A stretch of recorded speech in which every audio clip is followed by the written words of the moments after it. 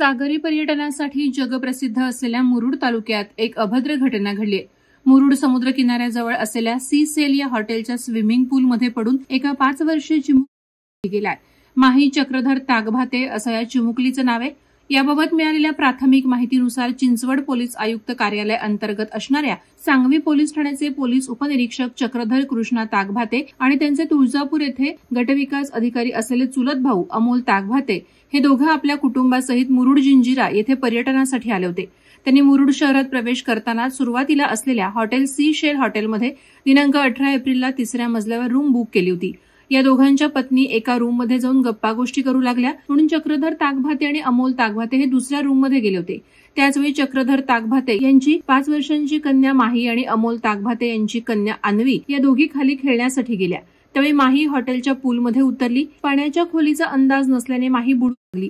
ते पाहून अन्वी 3ऱ्या मजल्यावर गेली आणि माही बुडत असल्याचं तिनं सांगितलं।